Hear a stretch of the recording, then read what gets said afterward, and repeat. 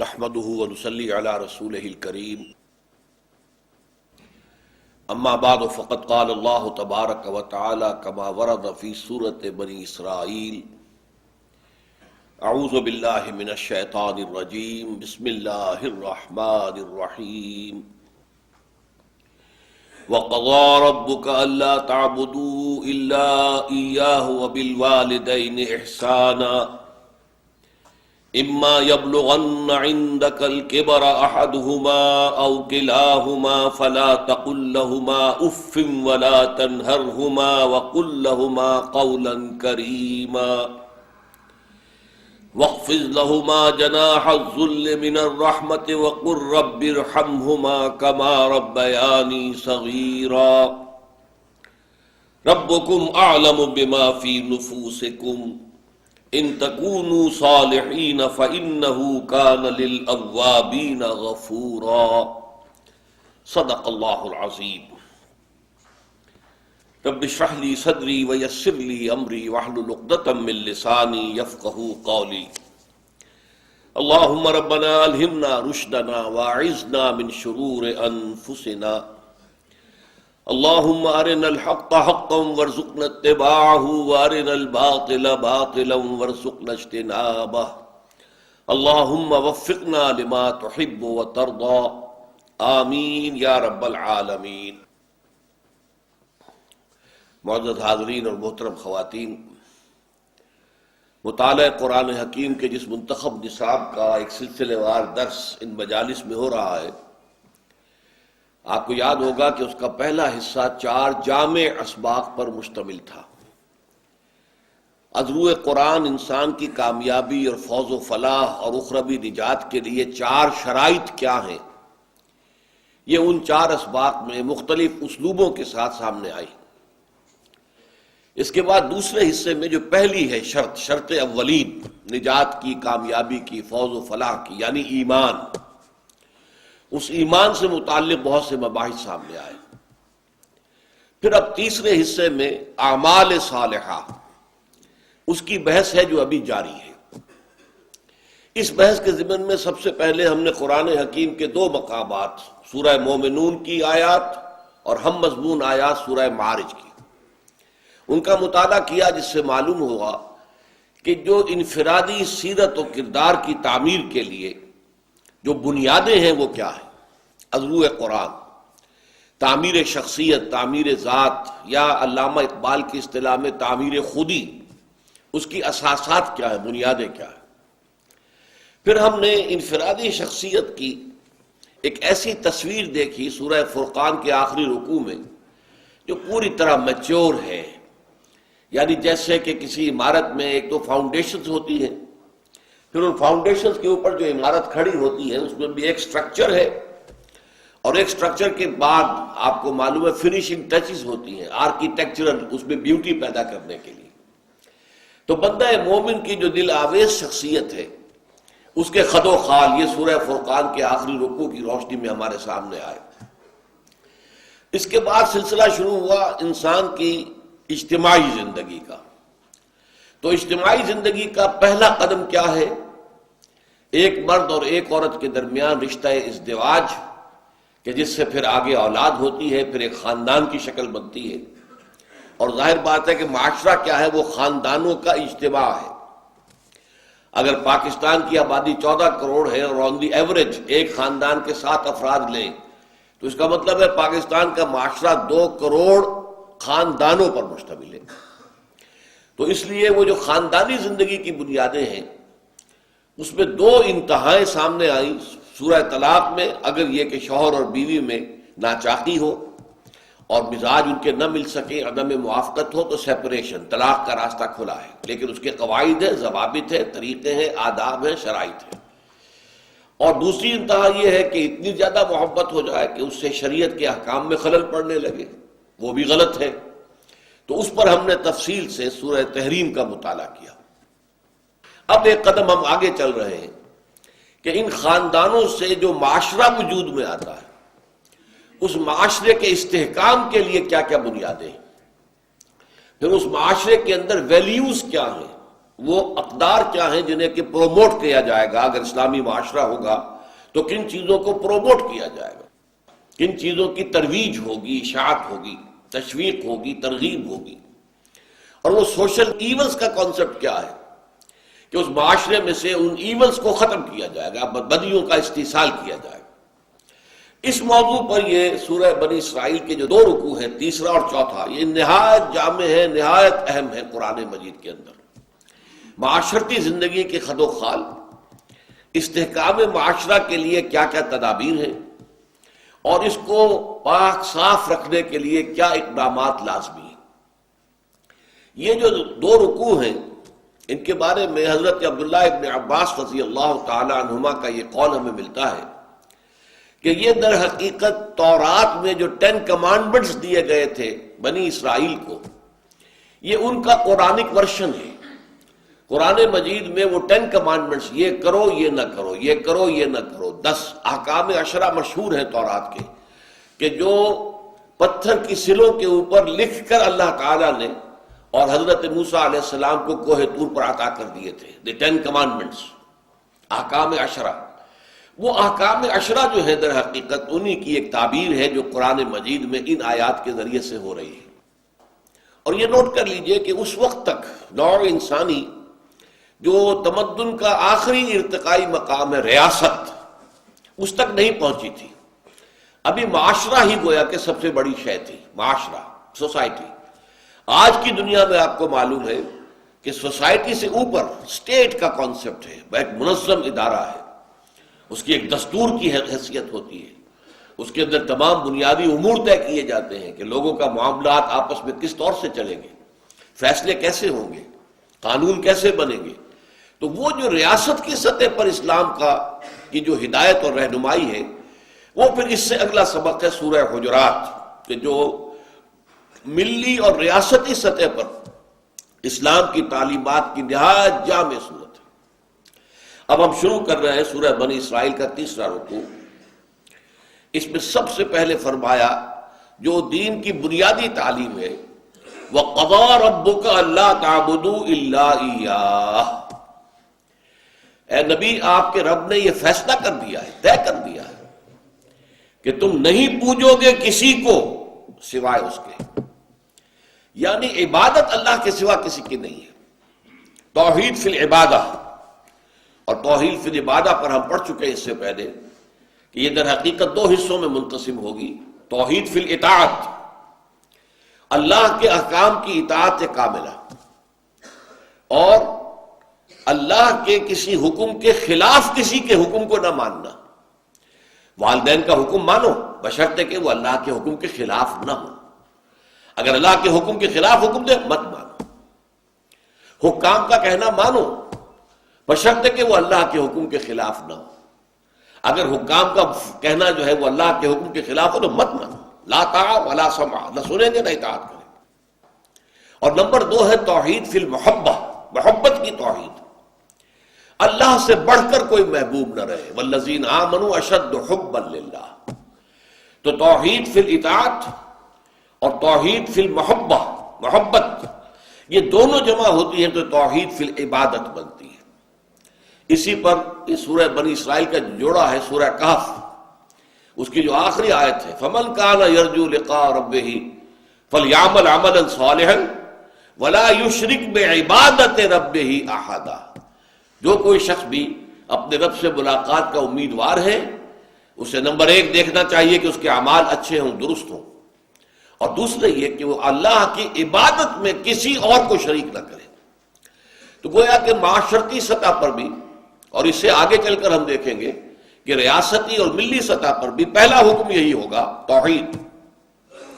فرمایا وَقَضَىٰ رَبُّكَ. اب یہاں انداز کیا ہے؟ طے کر دیا ہے آپ کے رب نے، یعنی یہ تو سیٹلڈ ہے، فیصلہ شد ہے کہ پہلی بات یہ ہے اللہ تعبدوا الا اياه وبالوالدین احسانا. دوسرا حکم یہ ہے والدین کے ساتھ حسن سلوک کرو. یہاں جو احسان کا لفظ آیا ہے اسے عام اردو معنی میں احسان نہ سمجھیے. اردو معنی میں احسان ہے کسی کے ساتھ کوئی بھلائی کرنا اور اس کے ساتھ جو ہے کوئی اس پر احسان دھرنا جسے کہتے ہیں ہم، اس عربی زبان میں احسان کے لفظی معنی یہ نہیں ہے، خوبصورت انداز میں طرز عمل جو ہے اچھا ہو، عمدہ ہو۔ یہاں مراد ہے حسن سلوک، والدین کے ساتھ حسن سلوک۔ یہ میں آپ سے بتانا چاہتا ہوں کہ قرآن مجید میں 5 مقامات ایسے ہیں کہ جن میں اللہ کے حق کے فوراً بعد والدین کے حق کا ذکر ہے۔ اس قدر اہمیت ہے والدین کے حق کی، اس کی وجہ کیا ہے؟ پہلی بات تو یہ ہے کہ انسان پر واقعتاً سب سے بڑا احسان تو اللہ کا ہے۔ اللہ نے ہمیں پیدا کیا، ورنہ ہمارا وجود ہی نہ ہوتا۔ پھر یہ کہ اللہ ہی نے ہماری ساری ضروریات کا جو ہے وہ اہتمام فرما دیا، ساری چیزیں دنیا میں پیدا کر دی جن کی ہمیں ضرورت پیش آنی تھی، یہ اس کا احسان ہے۔ لیکن ان کے بعد، اللہ کے بعد سب سے بڑا احسان والدین کا ہے۔ اللہ خالق ہے ہمارا، لیکن وجود میں آنے کا ذریعہ تو والدین بنے ہیں نا۔ رب اور پالنہار پروردگار تو اللہ ہے، لیکن اس کی ربوبیت کا مظہر، ذریعہ، وہ تو والدین کی ربوبیت ہے۔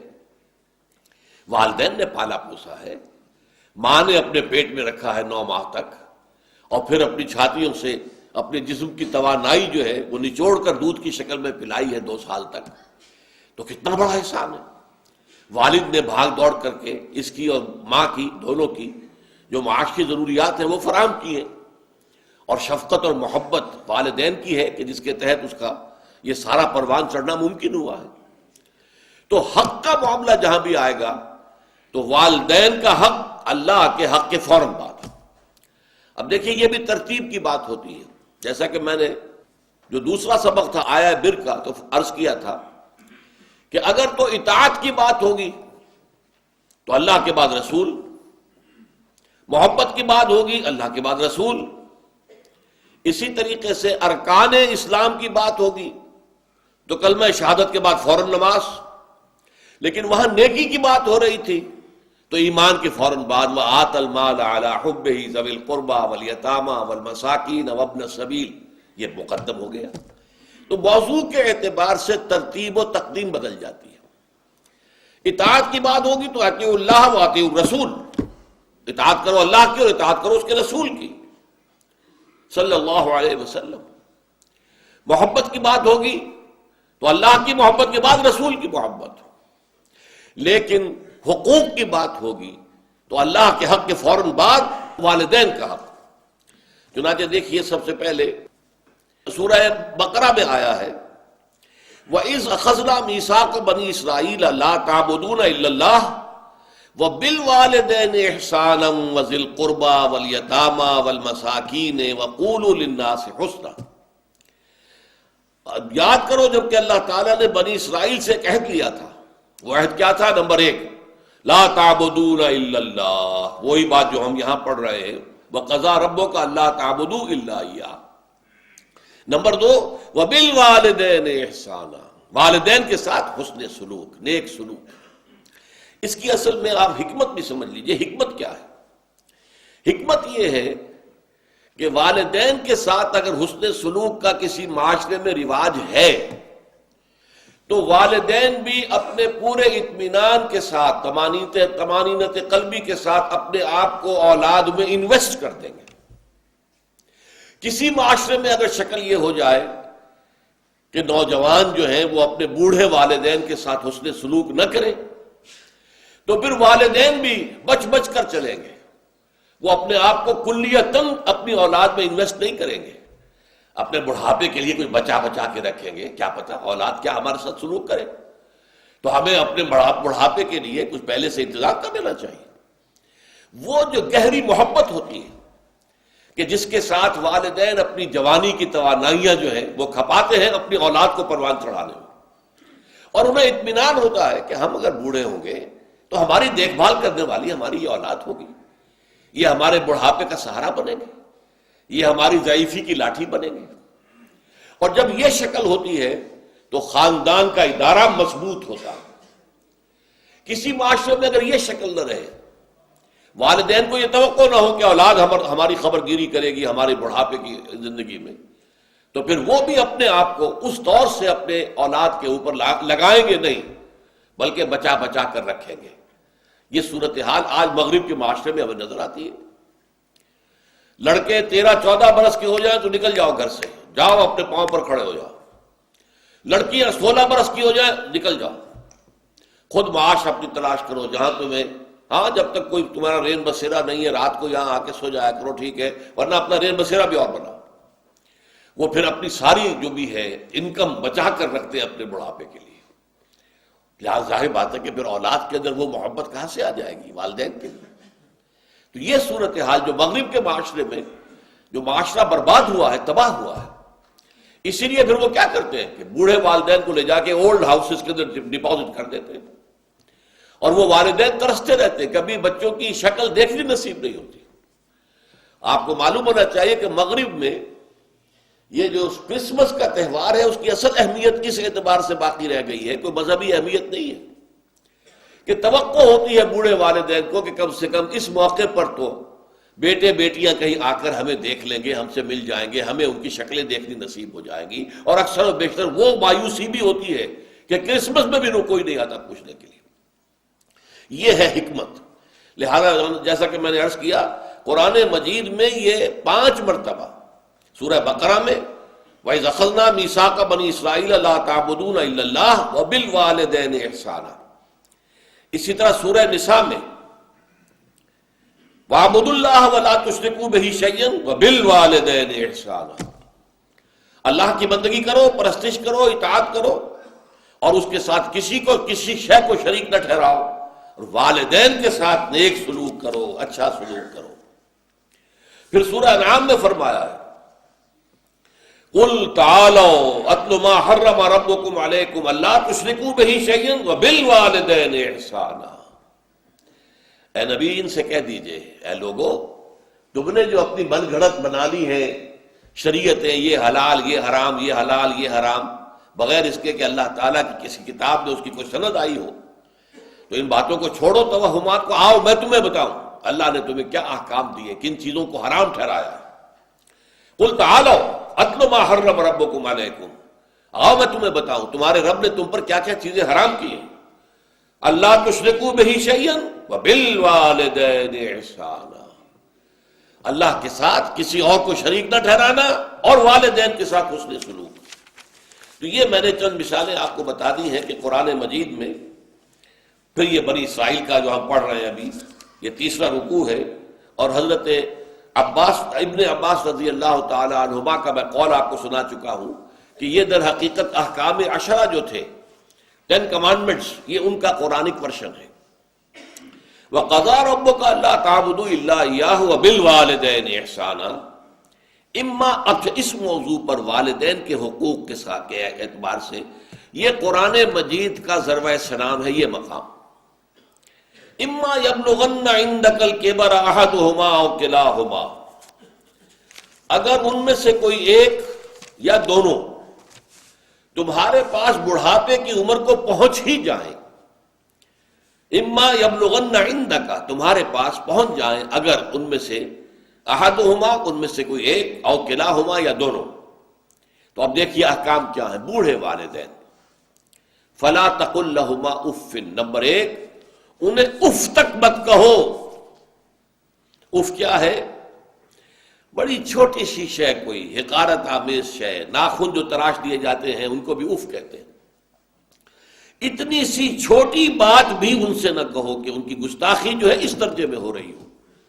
جیسے کہ یہ تراشے ہوئے ناخن ہے، اس درجے میں بھی کوئی گستاخی ان کے سامنے نہ کرو. فلا تقل لہما اف.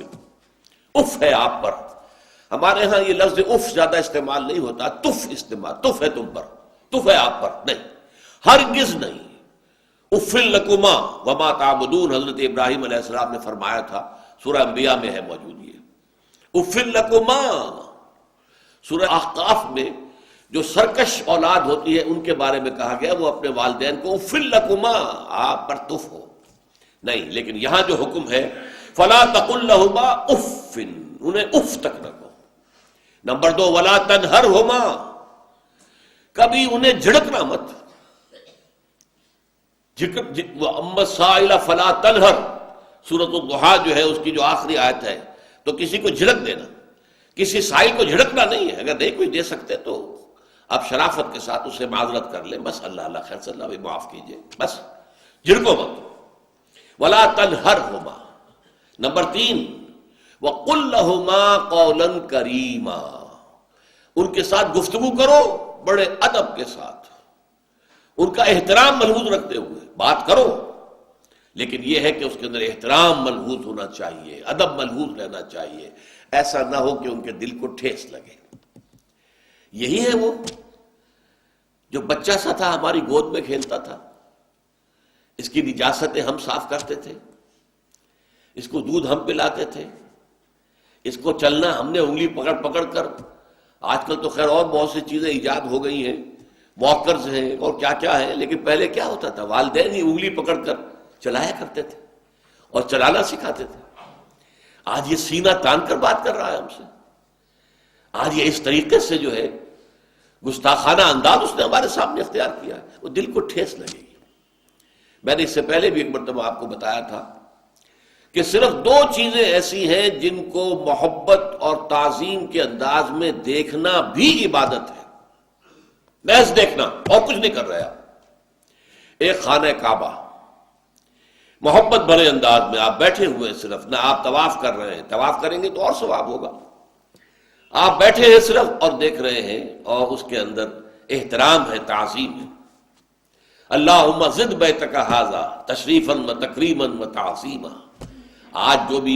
آج کل جو لوگ، اب تو خیر ٹھیک ہے بات وہاں سے آگے نکل گئی ہے، مینا میں پہنچ گئے ہوں گے لوگ، کل تو حج ہو جائے گا انشاءاللہ، لیکن جو حاجی بھی یہ دعا مسنون ہے کہ جب بھی وہ مسجد حرام کے اندر داخل ہوتا ہے اور پہلی مرتبہ نگاہ پڑتی ہے خانہ کعبہ پر، تو فوراً اللہم رب ھذہ البیت زد بیتک ھذا تشریفا و تکریما و تعظیما، اے اللہ اپنے اس گھر کو، اس کی عزت، اس کی تکریم، اس کی تعظیم، اس کے اندر اور اضافہ کرتا چلا جائے۔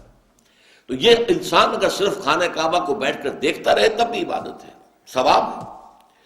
اور اسی طرح بوڑھے والدین کو محبت بھری نگاہ سے دیکھنا، یہ بھی موجب ثواب ہے، کہ دل جو ہے ان کو کہیں کوئی آئینہ قلب جو ہے ان کے احساسات کو ٹھیس نہ پہنچے، اس کا لحاظ رکھنا۔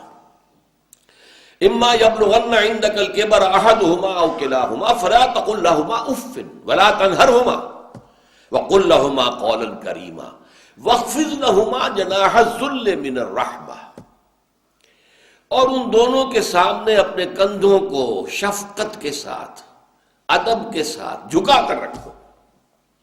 یہ جو ابھی میں نے چند الفاظ کہے تھے کہ سینہ تان کر بات کرنا، یہ ایک انداز ہوتا ہے بات کرنے کا۔ ایک یہ ہے کہ آپ بات کر رہے ہیں والدین سے، والدہ سے، والد سے، لیکن جھکے ہوئے، کندھے جھکائے ہوئے۔ اب یہ بھی 2 ہی باتیں ہیں، یا والدین کے سامنے کندھے جھکانے ہیں، یا پھر حضور سے کہا گیا ہے اے نبی آپ اہل ایمان کے لیے وَخْفِضْ جَنَاحَكَ لِلْمُؤْمِنِينَ، یہ مومن جو ایمان لائے ہیں ہمارے نیک بندے ہم پر، چاہے وہ غریب ہیں، فقیر ہیں، چاہے وہ غلام ہیں، مسکین ہیں، آپ اپنے کندھے ان کے سامنے جھکائیے۔ یہ بہت بڑی بات ہے جو کہی گئی ہے محمد الرسول اللہ صلی اللہ علیہ وسلم سے۔ آپ ان کے سامنے وَخْفِضْ جَنَاحَكَ لِلْمُؤْمِنِينَ، اہل ایمان کے لیے اپنے کندھے جھکائیے، جھکا کر رکھیے، ان کا احترام کیجیے۔ حالانکہ اصل احترام تو حضور کا ہے، وہ تو جب ہم پڑھیں گے سورہ حجرات تو جا کے معلوم ہوگا کہ کس درجے احترام ملحوظ رہنا چاہیے حضور کا صلی اللہ علیہ وسلم۔ لیکن یہاں نوٹ کیجئے وَخْفِضْ لَهُمَا جَنَاحَ الذُّلِّ مِنَ الرَّحْمَةِ، اور اس سب کے بعد بھی وَقُلْ رَبِّ ارْحَمْهُمَا كَمَا رَبَّيَانِي صَغِيرًا، اور یہ دعا کرتے رہا کرو اے رب ہمارے ان دونوں پر، میرے والدین پر رحمت فرما، رحم کر، جیسے کہ انہوں نے مجھے پالا پوسا جبکہ میں چھوٹا سا تھا۔ اب دیکھیں یہاں لفظ کیا آیا، ربیانی، رب، اللہ تعالیٰ رب ہے حقیقی، وہ ہے اصل میں پالن ہار، ساری چیزیں اس کی پیدا کردہ ہے۔ ماں باپ کے دل میں بھی محبت اور شفقت تو اسی نے ڈالی ہے، ماں کی چھاتیوں میں دودھ تو اسی نے بنایا، پیدا کیا ہے، تو اصل رب تو وہ ہے۔